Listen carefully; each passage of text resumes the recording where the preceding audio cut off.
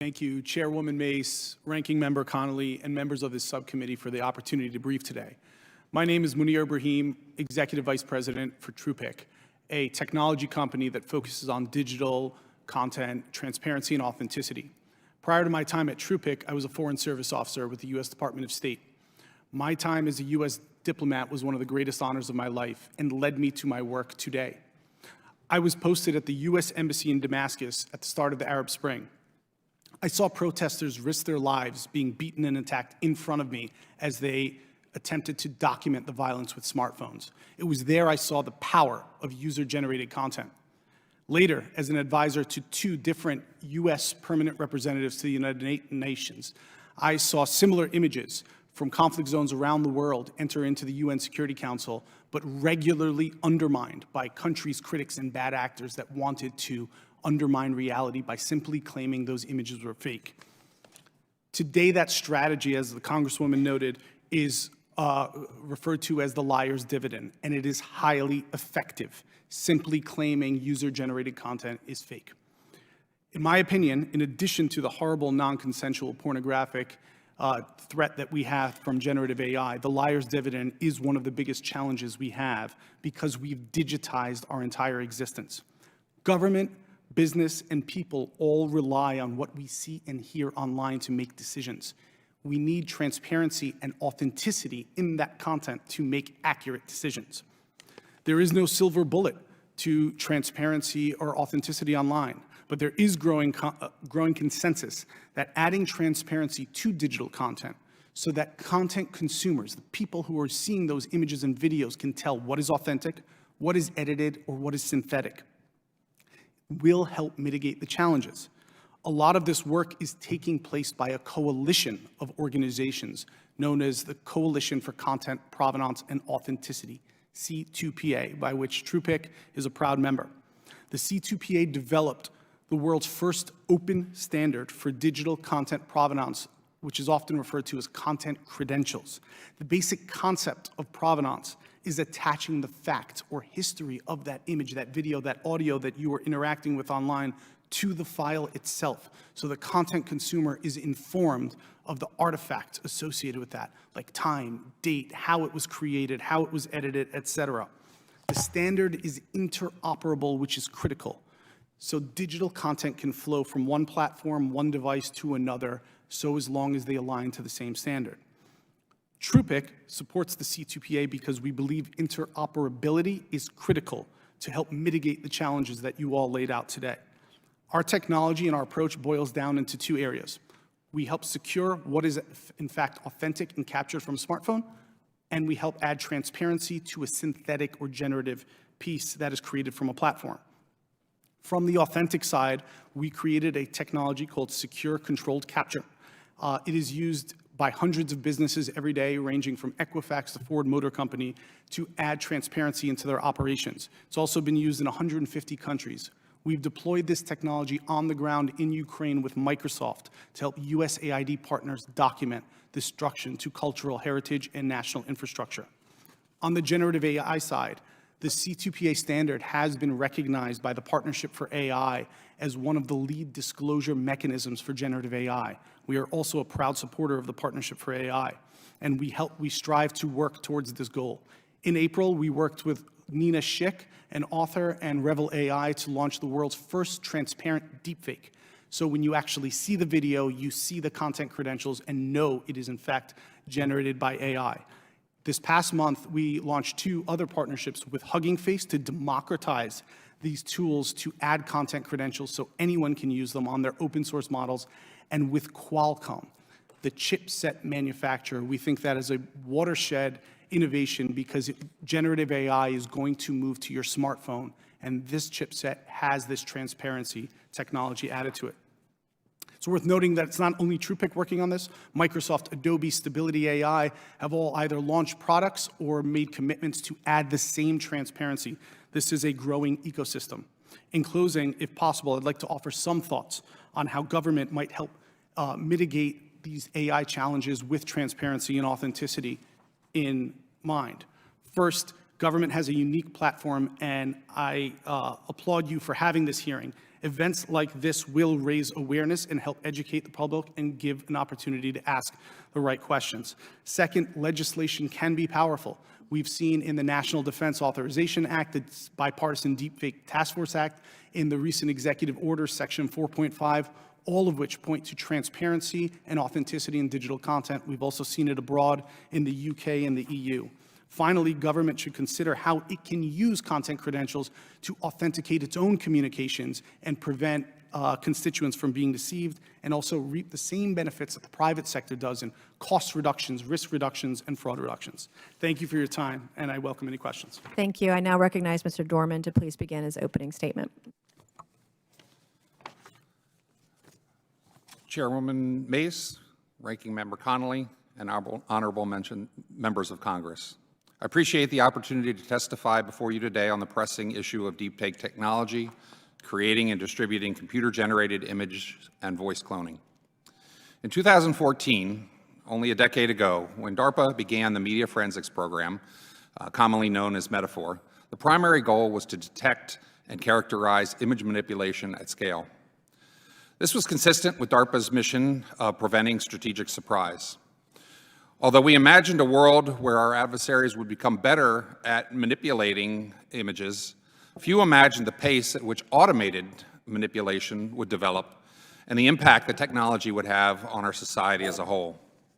The introduction of generative adversarial networks, or GANs, kicked off a plethora of tools that can generate images of people and objects that don't exist, synthesize speech that clones voices of others, implements real-time puppeteering to control talking heads, and as we hear most, the ability to generate deepfake videos. The surprise we missed, perhaps, is the automated tools that are becoming more accessible and user-friendly. They require a lot less data and a lot less technical expertise. Open source software can be downloaded today and run by any one of us on a commodity laptop. As these technologies advance at an unprecedented rate, it is crucial to recognize the potential for both positive and negative implications. We hear its use at both ends of the spectrum every week. This week, we heard about AI being used to finish a new Beatles song, and as we've heard from the ranking member and chairwoman, that a group of students in a New Jersey high school used it to generate pornographic videos of their classmates. Despite the President's executive order, the testimony of our thought leaders and business leaders, we are not moving fast enough to curtail the continued damage this technology is doing and will do as it evolves. Not only has been used for non-consensual pornography, cyberbullying, and harassment, causing great harm to individuals, but the potential for national security implications are grave. Deepfakes can be used to impersonate government officials, military personnel, or law enforcement, and in general lead to misinformation and potentially dangerous situations. Today, this is no longer a problem that can be solved by simply detecting and removing generated content from our social media and content provider sites. I urge you to consider legislation and regulation to address the misuse of deepfake technology as a whole. Striking the right balance between free speech and safeguards to protect against malicious uses of deepfakes is essential. First and foremost, public awareness and digital literacy programs are vital to helping individuals learn about the existence of deepfakes and how to ensure that they don't propagate this type of misinformation. It may seem obvious that people want to know what type of information is being generated, and you would hope that they would be able to hold it upon themselves not to spread it, but we find that that's not the case. We should consider including school media literacy education and promote critical thinking. Collaboration between Congress and technology companies is essential, and I'm glad to see that that's happening, to address the challenges posed by deepfakes. Tech companies should be responsible for developing and implementing the policies to detect and mitigate this type of content, including what we were hearing today, on their platforms, and sharing, most importantly, what they learn with others. We've addressed this type of a problem with our cybersecurity, and we should be doing that same thing with our misinformation. More robust privacy and consent laws are needed to protect individuals from using their likeness and voice in deepfake content without their permission. And continued research and development in AI deepfake technology are necessary, as is funding for these to counter deepfake misuse. We have created these problems, but I have no doubt that if we work together, we are smart enough to figure out how to solve them. I look forward to taking your questions. Thank you. I now recognize Mr. Gregory to please begin his opening statement. Chairwoman Mace, Ranking Member Connolly, and members of this subcommittee. I'm Sam Gregory, Executive Director of the human rights organization Witness. Since 2018, Witness has led a global effort, Prepare, Don't Panic, to inclusively prepare for deepfake and related synthetic media and generative AI technologies. The capabilities and uses of deepfakes have often been overhyped, but with recent shifts, the moment to address them more comprehensively has come. First, I'll cover technological advances. Commercialization and accessibility characterize changes in the last year. Deepfake technologies are now available in widely used consumer tools, not just niche apps. Furthermore, they're easy to use, and particularly for audio and image, can be instructed with plain language and require no coding skills. Realistic image generation has improved dramatically in its quality and customization in a year.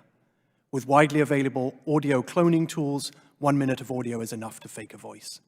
While video remains harder to do in complex real-world scenarios, consumer apps can swap an individual's face onto another's body, strip the clothing from a woman's body. Matching lip movements to a new audio track in a video is being demoed by Google, and live deepfakes are feasible.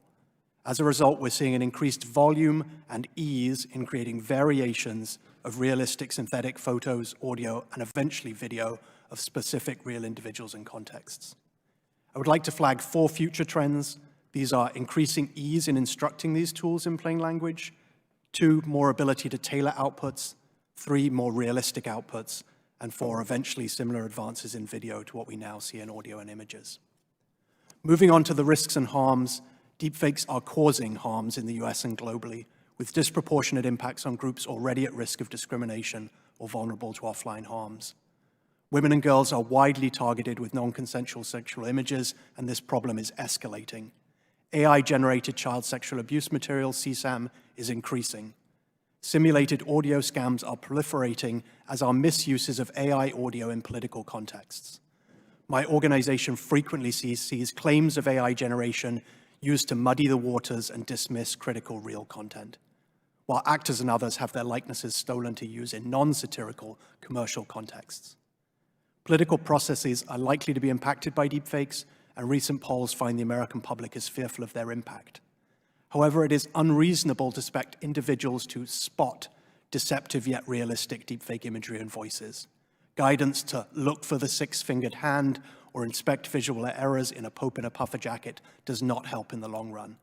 Meanwhile, under-resourced newsrooms and community leaders across the political spectrum are under pressure and do not have access to reliable tools that can detect deepfakes. That is because deepfake detection efforts are not yet reliable at scale or across multiple different ways of creating deepfakes, nor are there widely shared methods to clearly indicate how AI was used in creating content. This leads me to what Congress should consider to address these advances in technology and accompanying misuses. Firstly, enact federal legislation around existing harms, including non-consensual sexual content and the growing use of generative AI and CSAM. Incorporating broad consultation with groups working on these existing harms while safeguarding constitutional and human rights would help you craft appropriate steps. Secondly, since people will not be able to spot deepfake content with their eyes or ears, we need solutions to proactively add and show the provenance of AI content and, if desired, and under certain circumstances, human-generated content. Provenance, such as the C2PA standard mentioned before, means showing people how content and communications were made, edited, and distributed, as well as other information that explains the recipe. The best choices here will go beyond binary yes-no labels. Overall, these transparency approaches provide a signal of AI usage, but they do not per se indicate deception and must be accompanied by public education. Critically, these approaches should protect privacy and not collect by default personally identifiable information. For content that is not AI generated, we should be wary of how any provenance approach can be misused for surveillance and stifling freedom of speech. My third recommendation is on detection. Alongside indicating how the content we consume was made, there is a continuing need for after-the-fact detection for content believed to be AI-generated. From witnesses' experience, the skills and tools to detect AI-generated media remain unavailable to the people who need them the most, including journalists, rights defenders, and election officials domestically and globally. It remains critical to support federal research and investment in this area to improve detection overall and to close this gap.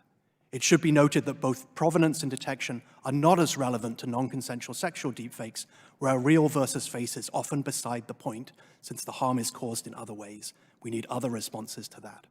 As a general and final statement, for both detection and provenance to be effective in helping the public to understand how deepfake technologies are used in the media we consume, we need a clear pipeline of responsibility that includes all the technology actors involved in the production of AI technologies more broadly, from the foundation models to those designing and deploying software and apps to the platforms that disseminate content.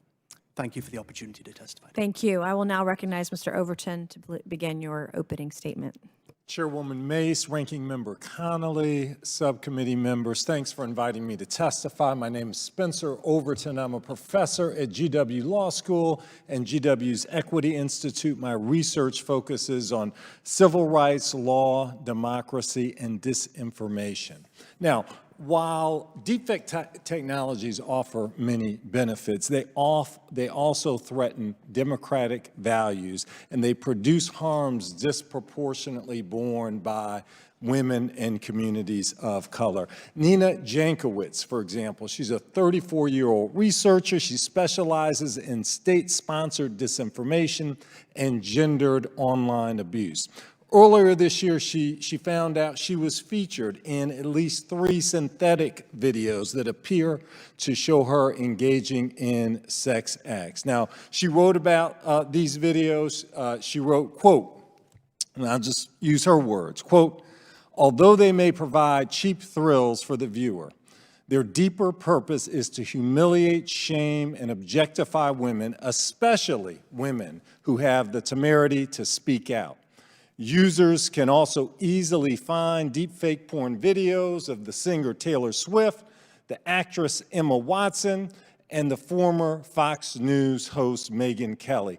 Democratic officials such as Kamala Harris, Nancy Pelosi, Alexandria Ocasio-Cortez, and Republicans Nikki Haley and Elise Stefanik, and countless other prominent women. By simply existing as women in public life, we have all become targets, stripped of our accomplishments, our intellect, and our activism, and reduced to sex objects for the pleasure of millions of anonymous eyes." End of quote.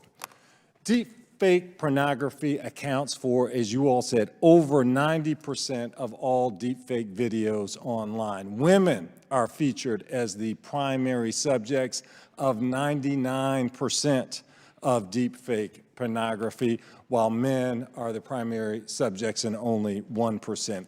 Non-consensual deepfake pornography does not simply hurt women's feelings, it's an anti-democratic form of harassment designed to silence and undermine public confidence in women as legitimate public policy leaders. Deepfake technology is also fueling racial harassment. Earlier this year, a deepfake video showed a middle school principal saying that black students should be sent back to Africa, calling them monkeys and the N-word, and threatening gun violence.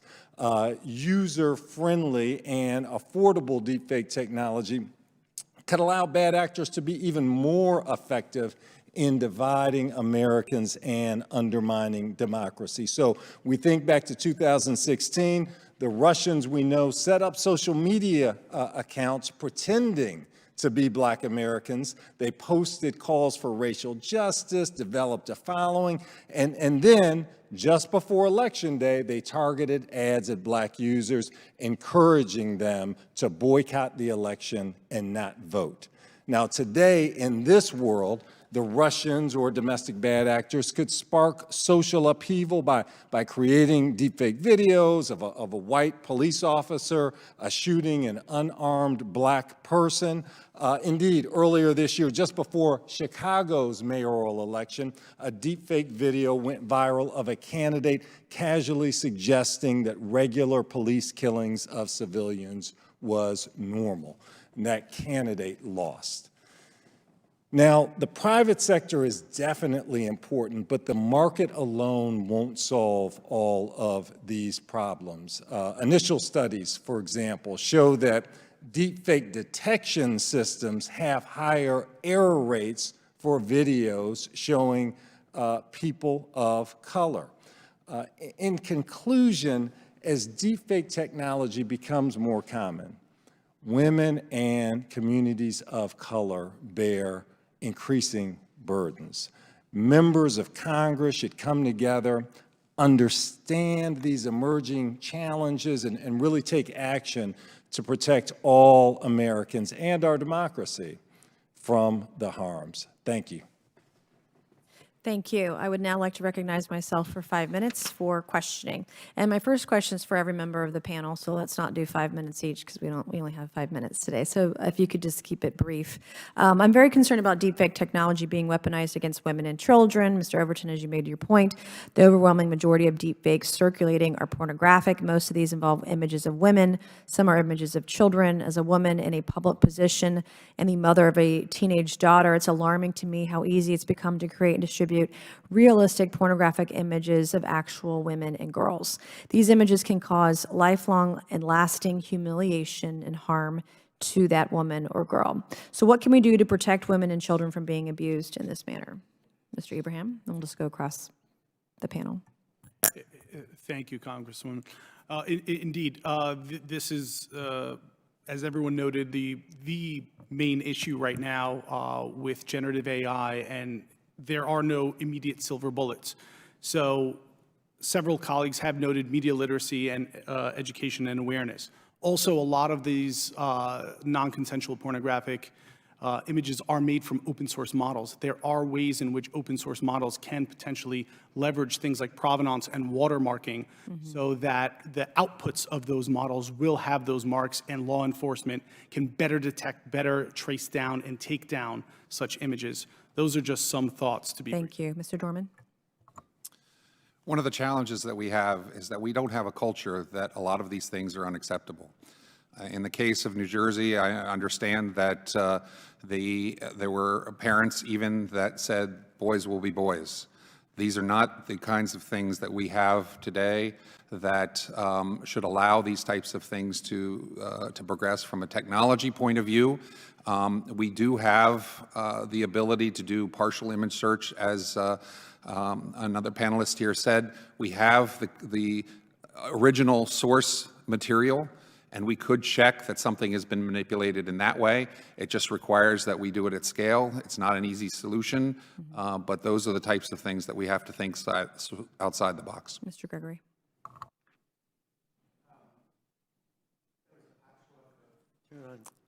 Microphone. There's a patchwork of state laws at the moment. There is no federal law at the moment that would protect women and girls. We need to make it clearer where there is individual liability that can be applied here. I should also note that recent research indicates how easy it is to find these deepfakes on search engines. Just type in a name plus deepfakes and you'll come up with a deepfake of a public figure. So addressing the responsibility of platforms within to make sure that it's less easy to do that, because at the moment it's very hard for individuals to chase down all the examples of their deepfakes online with individual requests. Mr. Overton? The proposed Preventing Deepfakes of Intimate Images Act is a good start. Having both criminal and civil penalties is important. Not having overly burdensome intent requirements to establish a violation, and also focusing on both creators and distributors. Those are some important factors. Thank you. And my next question is about laws. Do we need changes in law enforcement practice? And there are revenge porn laws, as an example, but doesn't cover deepfakes necessarily. On the federal level, 15 U.S. Code, Section 6851, I happened to be reading about it today, civil action related to intimate images and videos, but it relates to real images and videos, not to deep fakes. And so I see a huge gap in law and even law enforcement practice. And what are your thoughts on that?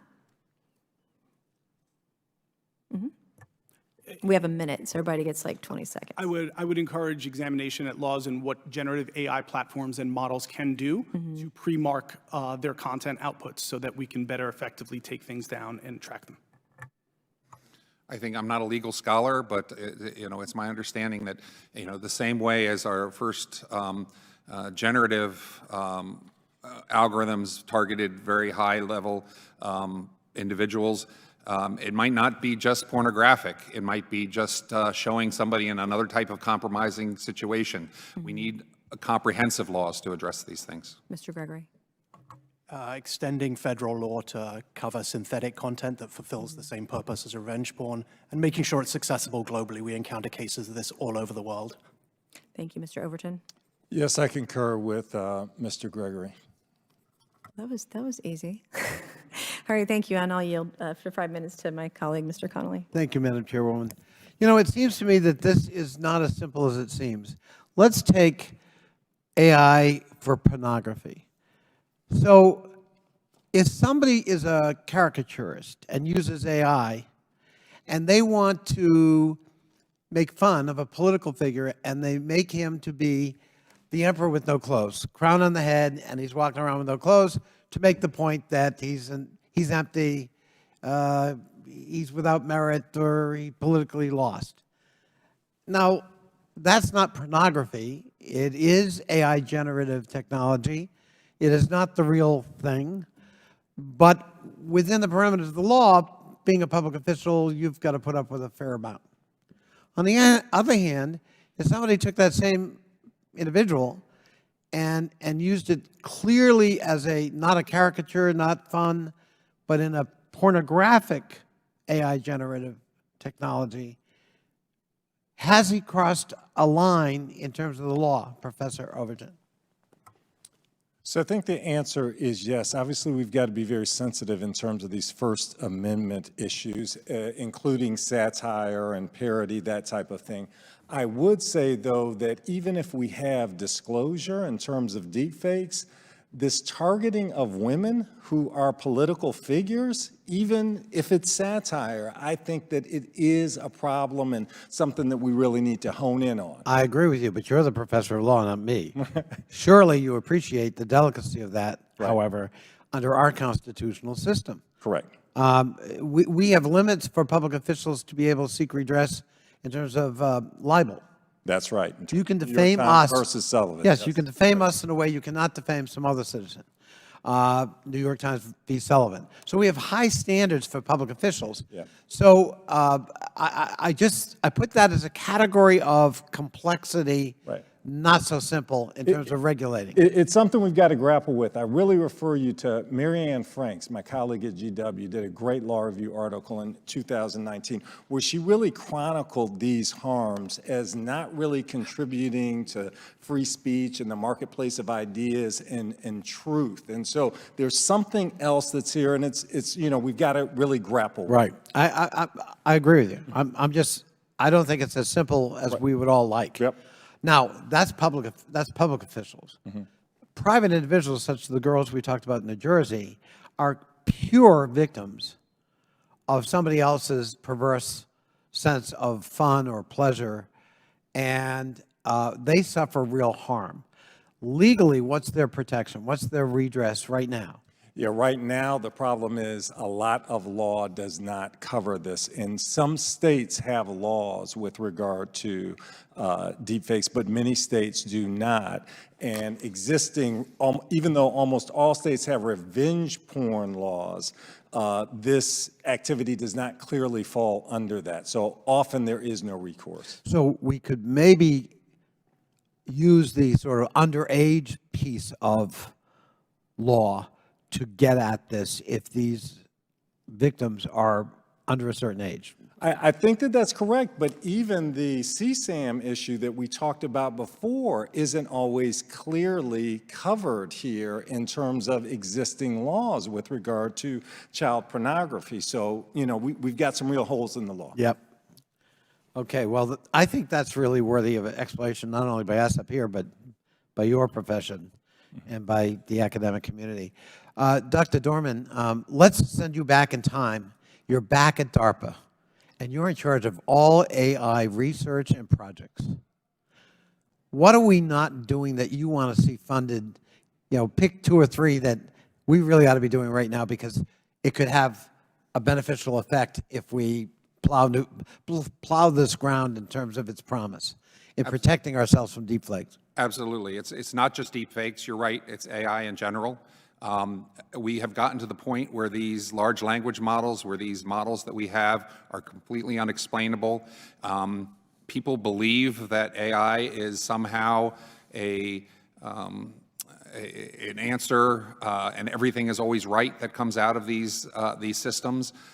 We can't converse with these systems, and they can't explain why they made a decision or how they made things. I think the explainability issues, and these are things that that DARPA is looking at now. But we need to have the trust and the safety aspects explored at the grassroots level for all of these things.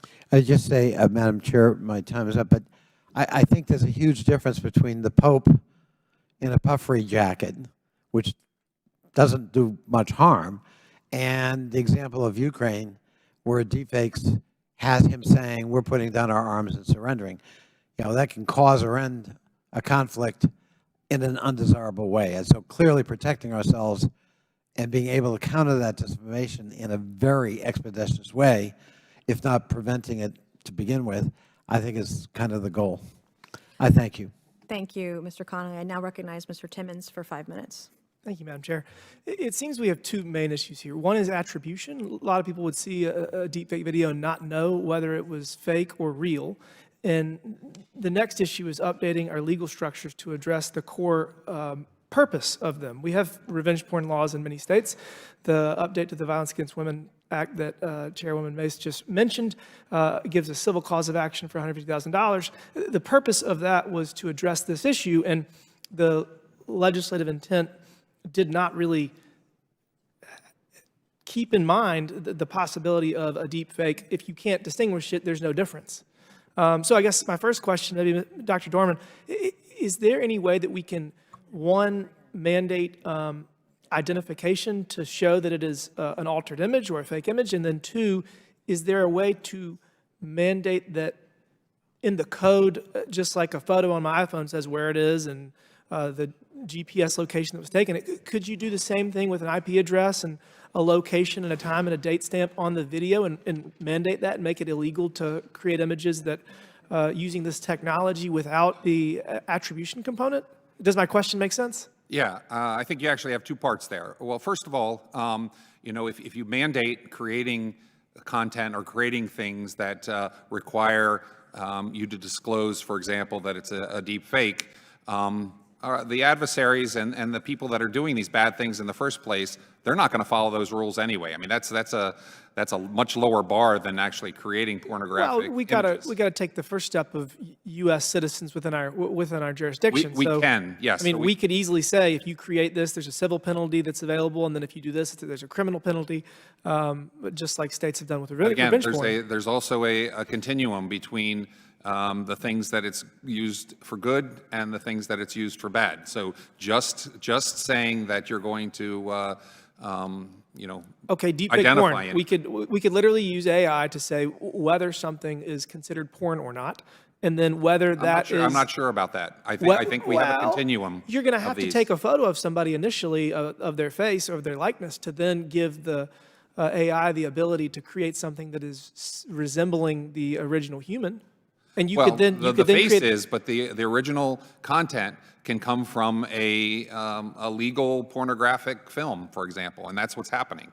but you're putting someone's face on it that isn't the same face to That's- make it look like them in an attempt to do the same thing that we have revenge porn laws to do. That's what these my colleagues here are saying, that there are holes in these laws that don't necessarily allow you to do that. Mr. Overton, is there any argument that you could use the existing statute to file a federal lawsuit against somebody for sharing a deep fake?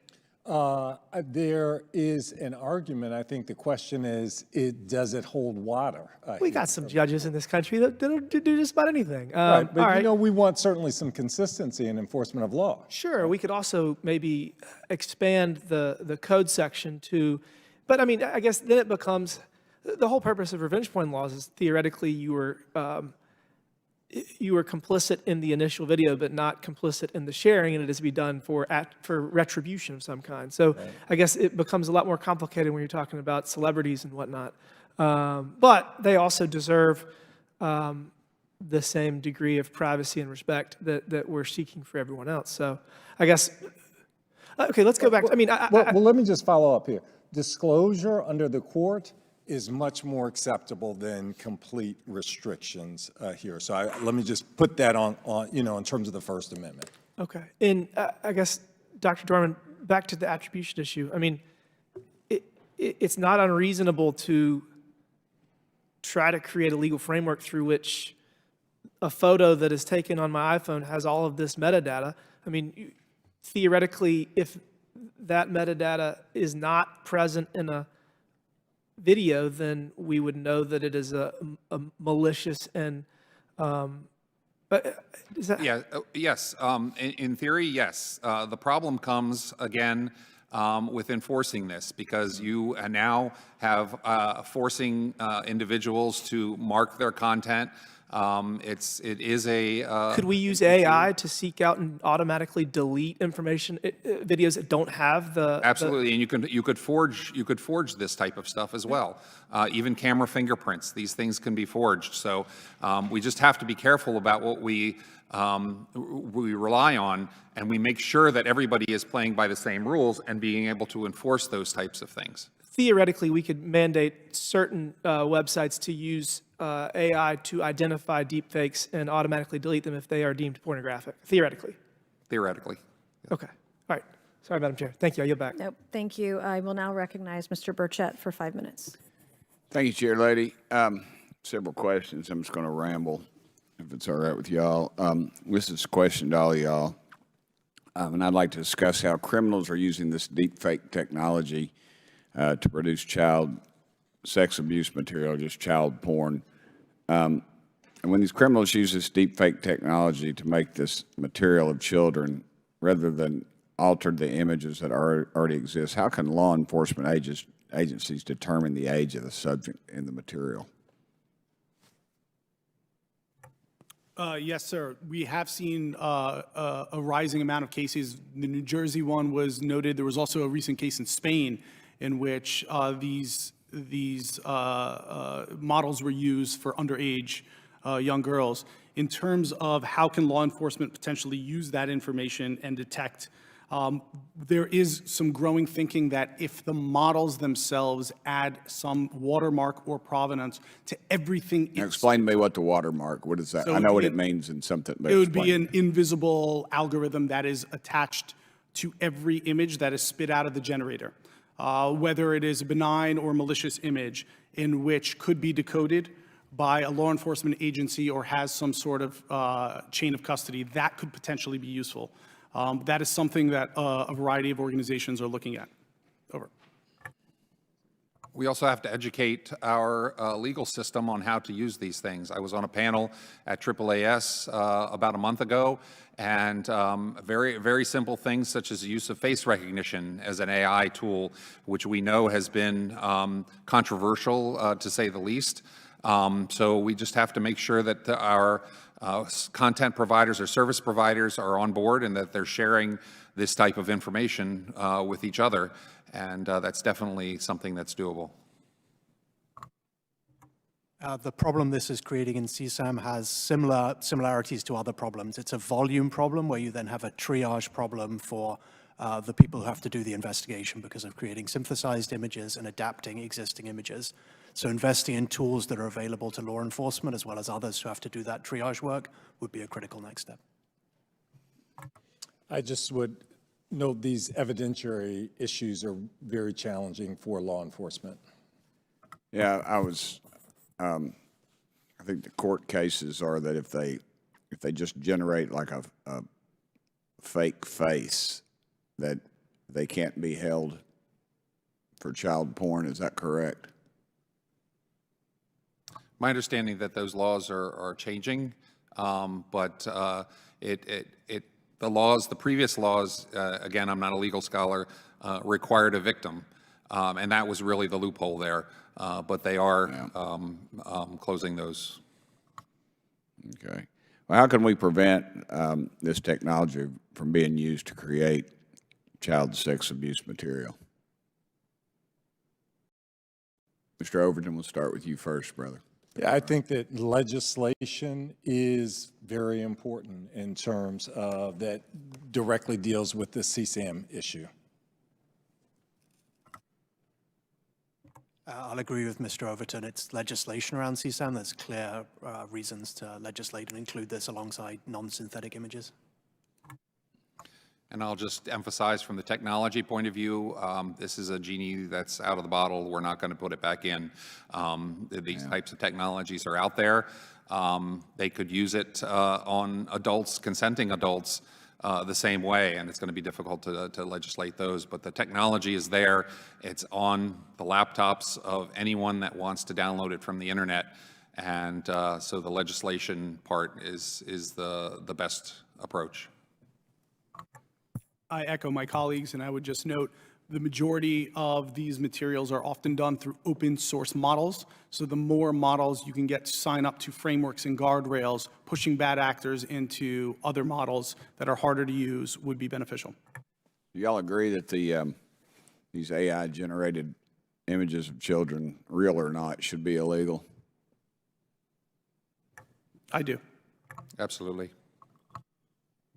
Yes. Yes, we assume they're not hurting children. They are, yes. Yeah.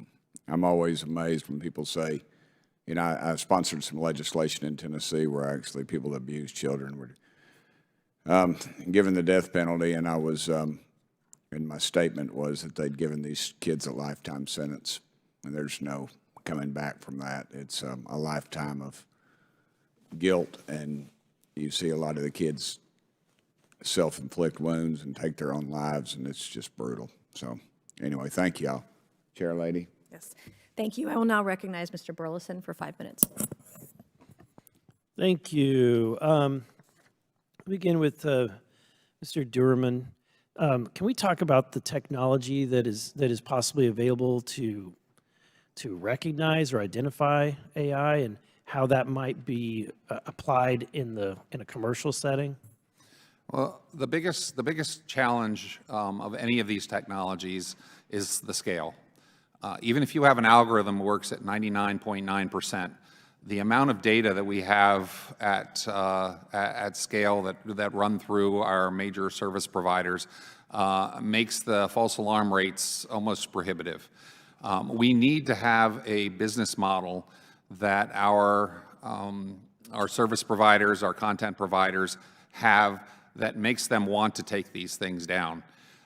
If they get clicks, that's what's selling ads now. And if it's not illegal, if we can't hold them responsible in any way, it makes it very difficult to convince them to do anything. Given the currently today, there's the ability to identify graphic content, violent content, and then to often block it or require a person to take some action to basically break the glass and go through and see that content. Can that not be applied to deepfake images or things that are created with it? That way the individual would at least know that that there's no truth to this image. Absolutely. I mean, but the places that this content is showing up are on those pay sites or on sites where it's mixed in with other type of content. So just detecting it is not necessarily the issue. And they don't have a self-interest, financial interest in identifying the deepfakes. Correct. Okay, I understand what you're saying. So let me ask, but the technology is capable. We just need to identify. Not necessarily the deep fake part. If you do a reverse image search, or, for example, in a number of different sites, you can do it for the entire image. But if you take just the face of an individual, That's what we really need. We need to be able to say, okay, we're not going to look at the entire video because this video isn't real, right? It wasn't, well, part of it is real. The video part of the nude body is real, and the face is generated. So if we could identify those people, make sure that we have that consent before it gets spread, that might be one thing. But, you know, just to detect something as being pornographic, we're still not detecting the fact that it was generated with a deep fake. You're saying that there is technology AI that can view videos and images and ascertain whether it's a deep fake. Not reliably enough. There currently isn't anything. This is 85% maybe. And every time we release a tool that detects this, our adversaries can use AI to cover up that trace evidence. So no, that's why I said in my opening statement that detection and trying to pull this stuff down is no longer a solution. We need to have a much bigger solution. Mr. Gregory, how do we authenticate the content without creating a surveillance state or suppressing free expression? The first thing I would say is, as we're looking at authenticity and provenance measures, ways that you can show how something was made with AI and perhaps with human inputs, and I think we should recognize that the future of media production is complex. It won't just be a yes or no of AI. It'll be yes, AI was used here, no, AI wasn't, here's a human. So it's really important that we actually focus this on the how media was made, not the who, right? So you should know, for example, that a piece of media was made with an AI tool, was altered perhaps to change an element of it, and that might be the critical information rather than a political satirist made this piece of media, which, you know, certainly would not be something we'd want to see here in the US and globally when you look at how that could be misused. So I think we're entering something where we're a complicated scenario where it is both the authenticity tools and also detection tools. My experience of a very messy reality where we need to focus on both, but we've got to do it with civil liberties and privacy at heart. Okay.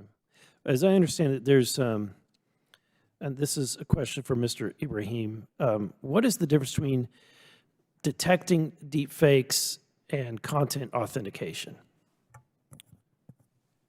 Detecting deepfakes would be something you do after the fact. It would be a system that would look at a video and try to spit out a binary or results-based response. Content authentication or provenance does while it's being created. That's what TruePic does. So as the image is being captured from a phone or a smartphone or a piece of hardware, you are attaching and cryptographically hashing the time, the date, the location, et cetera, into the media file while it's being created. So it's a proactive measure versus a reactive measure. Thank you. I want to thank all of our witnesses for being here today. In closing, I want to thank you for your testimony again. So with that and without objection, all members will have 5 legislative days within which to submit materials and to submit additional written questions for the witnesses, which will be forwarded to the witnesses for their response. So if there's no further business, without objection, the subcommittee stands adjourned.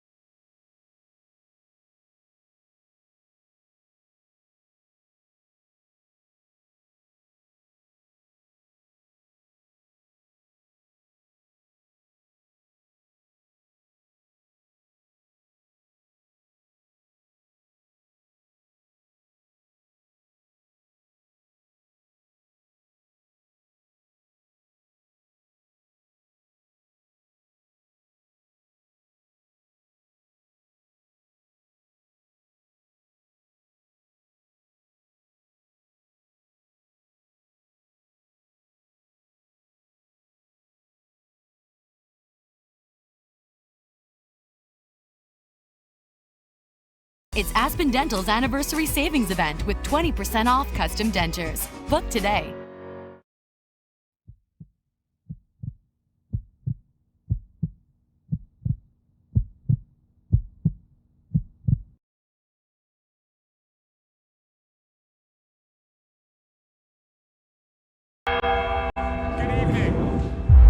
lovely to have such a full house tonight. Tonight we have something slightly different. We have Ben Shapiro, a man that needs no introduction. I'm just going to run through the format slightly for the evening. So Ben's going to come, he's going to give a quick 10-minute or so address from the dispatch box here, after which we're going to retire to the chairs to have an opening interview. And then our selected student speakers here at the front will take it in turns to ask one probing question, I believe. And then after that, we will retreat to audience questions when everyone can have the chance to stick up their hands and ask Ben what they want. So,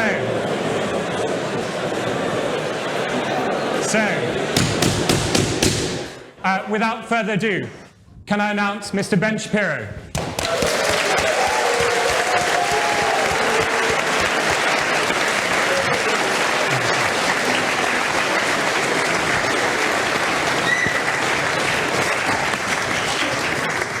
Well, thank you for having me. Say, hello. Is this working? No? This one? No, it's working. It's working. Yeah. Thank you for having me. I really appreciate being here. It's very kind of you to offer. Last week, this university's Opera Society announced that it would be canceling a performance of George Frederick Handel's Saul. That opera, of course, tells the biblical story of King Saul, the first king of the Jews, and his conflict with the soon-to-be King David. So why precisely was this performance of this great work of art canceled? Max Mason, director of the show, explained, quote, "Given the parallels of this conflict, the production team made the difficult decision to cancel Saul. We came to the unanimous conclusion that our production was not in the place to fully confront the issues that have striking synchronicity with the ongoing Middle East conflict." So what exactly were those striking parallels? In the opera, David kills Goliath, a Philistine. The Jew wins, the Philistine loses. This is apparently in some way offensive. Offensive, perhaps, to those who sympathize with those who slaughter babies in their cribs and rape and kidnap women en masse, who shoot Holocaust survivors in the head and bind together parents and children before burning them alive. It is no coincidence that the statement from the Cambridge Opera Society avoided all mention of Hamas in describing the, quote, unfolding situation in Gaza. Now, this makes no sense. Never mind that the Philistines literally have nothing to do with the Palestinian Arabs of today. The Philistines were likely Mycenaean Greeks. Never mind that the story of David and Saul lies at the root of Judeo-Christian culture, raising serious and fascinating questions about power and morality. Never mind the spectacular music of Handel. The opera had to be canceled, lest the supporters of barbarians be offended. The same week the Opera Society canceled Handel, the Cambridge Student Union considered a motion blaming Hamas's slaughter of innocents on, quote, decades of violent oppression of the Palestinian people by the Israeli state, and demanding that the student union, quote, condemn the British government's support for the Israeli state. That same motion called for a mass uprising on both sides of the Green Line and across the Middle East. The barbarians and their supporters, unfortunately, are inside the gates. That is why anti-Semitic hate crime is up 1,350% in London over the past few weeks. That is why imams shout in Nottingham, "O Muslim, here is a Jew behind me, kill him." And that is why 100,000 people march in London in support of Hamas. So let's take a moment to consider an obvious question. How is it that at this prestigious institution of intellectual achievement, and so many others like it, there's now a powerful coalition of interests making excuses for terrorist groups? The answer to that question is decades in the making, and the story begins with Western apologism. Much of the West has spent the past few decades apologizing not for its sins, which you should apologize for, but for its very existence. The West's sins, so the logic goes, are so deep and abiding that they can only have sprung from the inherent evils of Western philosophy and culture, and the only corrective is Western suicide. The West, the argument goes, must, quote-unquote, decolonize itself. That argument originally springs from the pen of Francophone radical Frantz Fanon in his 1961 book, The Wretched of the Earth. Fanon, a member of the Algerian National Liberation Front, put forth a shockingly violent treatise calling for revolution of the colonized against their colonizers. Fanon didn't merely call for the end of colonialism a la Gandhi. Instead, he called explicitly for violence, which he saw as purifying in all of its varied forms. Fanon theorized that revolutionary violence would usher in the new man, free from the evils of the West.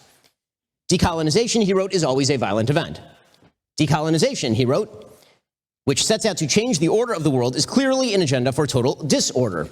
In its bare reality, Fanon wrote, decolonization reeks of red-hot cannonballs and bloody knives. Violence, disorder, bloody knives. That's the essence of Fanon's decolonization. The colonized must take everything from the colonizer in the name of restoring himself as a human being. Decolonization justifies any response. In fact, it requires any response.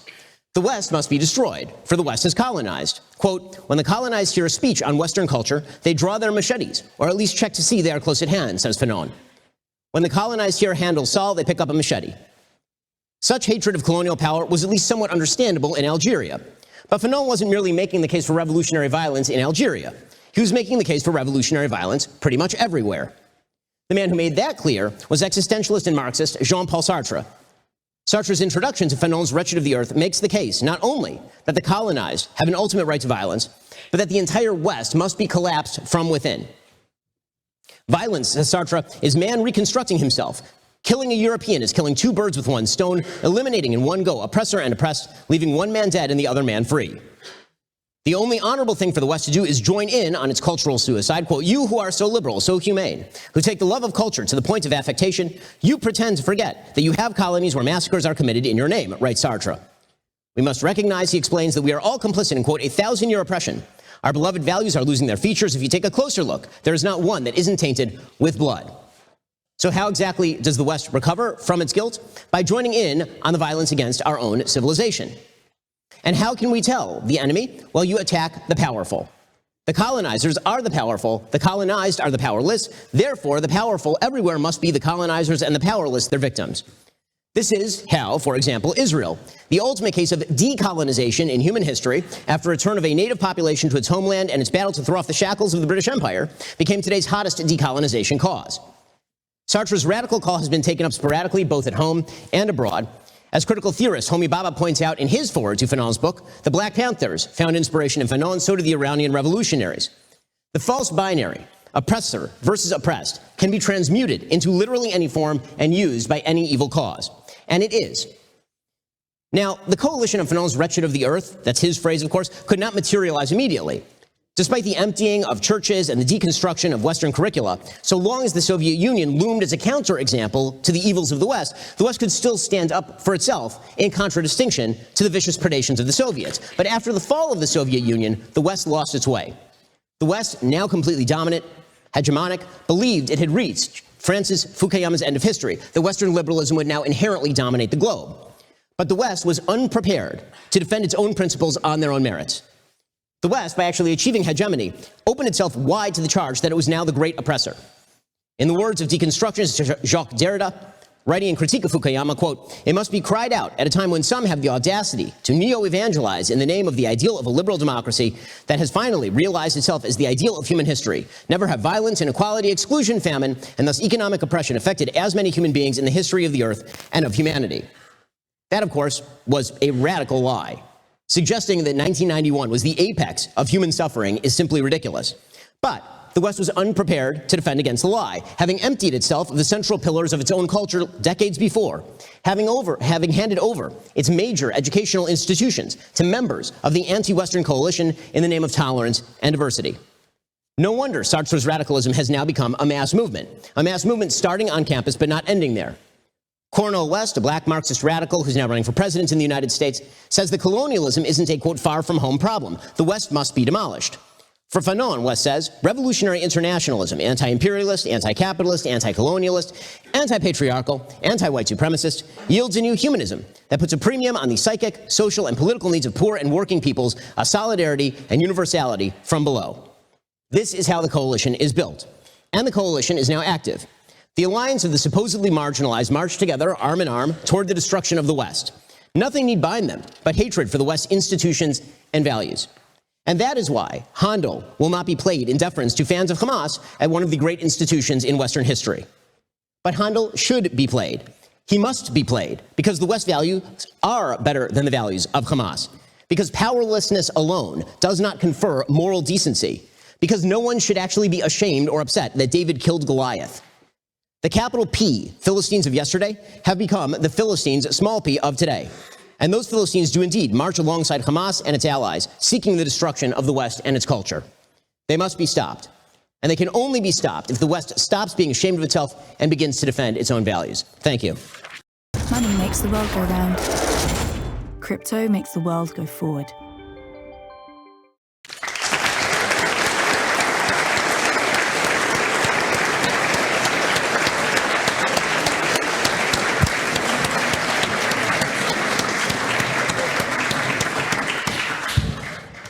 Thank you, Ben. I think there's a lot there that our members will want to touch on later. So what we're going to try and do now is just try and cover quite a broad range of topics to give us some background. You talked there about Western values there. And what I think when we see and when we look to the US is perhaps an absence of Western values, particularly when we think about democracy. We look to Trump, who claims various claims about the election. And then we see in the Republican race at the moment that he's on, what, plus 48 or something? Do we think it's an inevitability then that he's going to gain the nomination?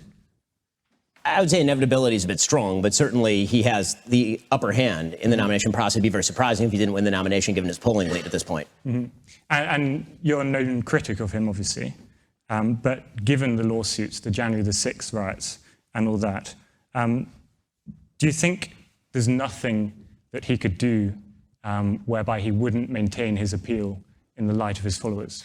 I think it'd be very difficult to undermine his appeal because there's such massive trust problems in the United States. There's no sort of common source of facts, number one. Number two, there's been pushes, both legitimate against Trump and illegitimate against Trump, and those have now been conflated by his supporters into all opposition to Trump is fundamentally illegitimate. And that obviously is not true. Some of the things said about Trump, that he's a Russian stooge, that he's working for Vladimir Putin, that kind of stuff, that was false. The argument that Donald Trump doesn't particularly have a lot of care for the institutions of democracy is clearly true.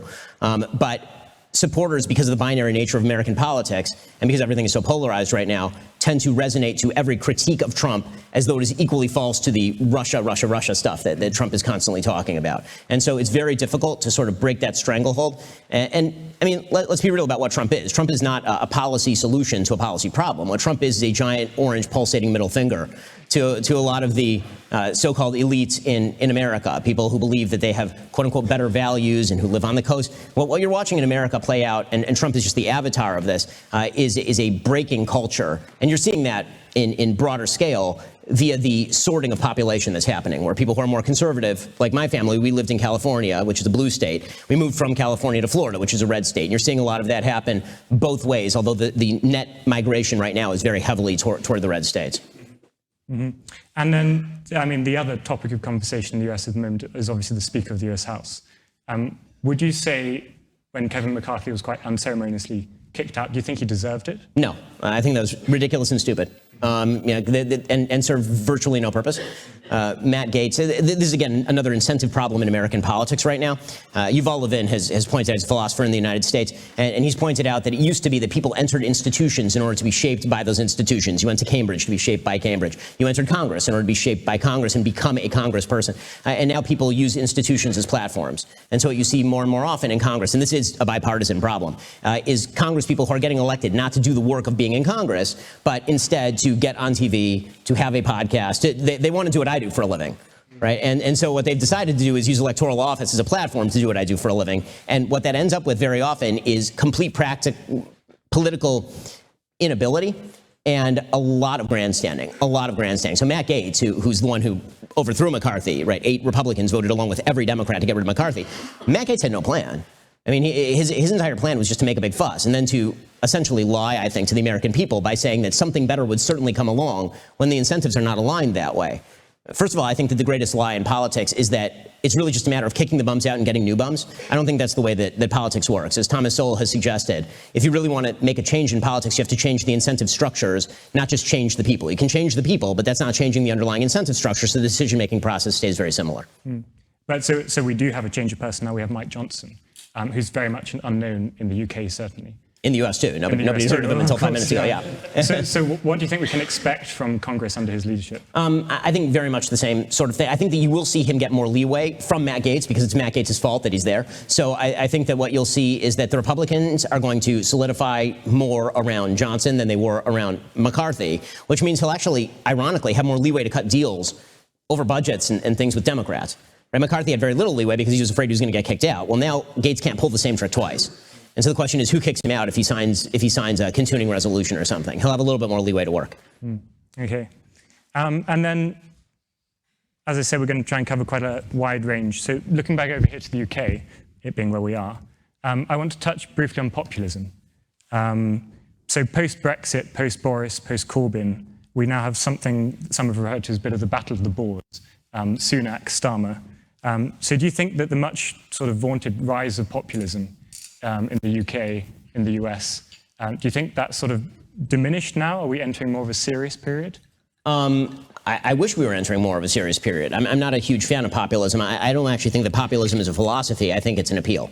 You see left-wing populists who look like Bernie Sanders in the United States and right-wing populists who look like Donald Trump in the United States. And very often they sort of agree on this quasi-conspiracy theory that whatever you do is not your fault. There are forces at work, at play, that are really deciding your fate. And so only I can solve, right? That's something that Trump said, but it's certainly something that Bernie could have said. And so I'm not a big fan of that because I really don't think the government is particularly good at solving a lot of people's problems.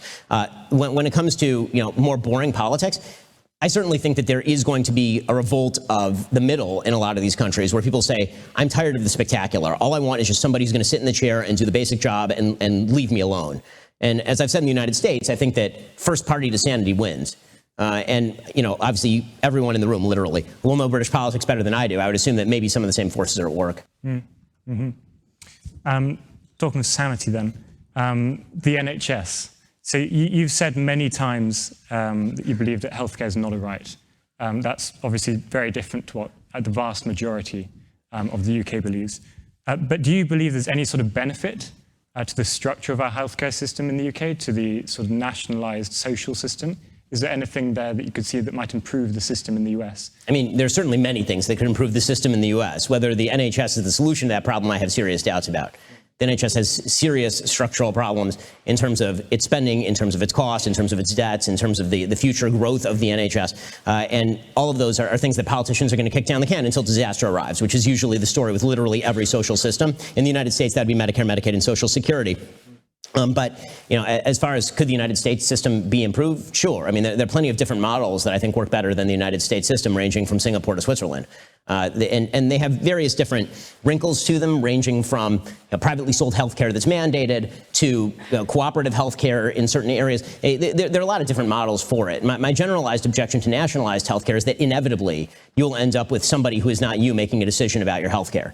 And that person is inevitably going to have to take some cost into account, and you are not really part of that process. And that seems to me incredibly dangerous. As far as my statement that healthcare is not a right, I mean that very specifically. I think that we really, really overbroadly use the word right.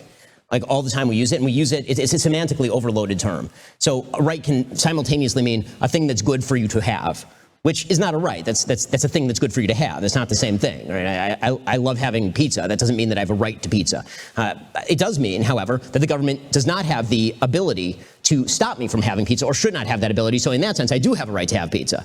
So I don't have a right to have pizza provided by you, but I do have a right to have pizza that the government cannot prohibit me from having. Right, so I think that we have to be very clear what we mean when we say that somebody has a right to a thing. There's a legal theorist in the late 19th, early 20th century named William Hofeld, and he broke down rights into four separate categories, ranging from privileges to immunities, things that you're morally apathetic about. So you have a right to choose on a moral level whether to have hamburger or not today, as long as you're not a vegan, and that's a matter of apathy. So that's a matter of moral apathy, but you also have rights that are immunities from government, where you don't want the government pragmatically to have enough power to stop you from doing a thing, even if you think that thing is immoral, because the government with that power can too broadly apply it. So I think we have to be very clear when I say healthcare is not a right, I don't mean that it isn't a good thing to have. Healthcare is an amazing thing to have and a necessary thing to have. I do mean that you do not have a right to demand that somebody else provide you that healthcare.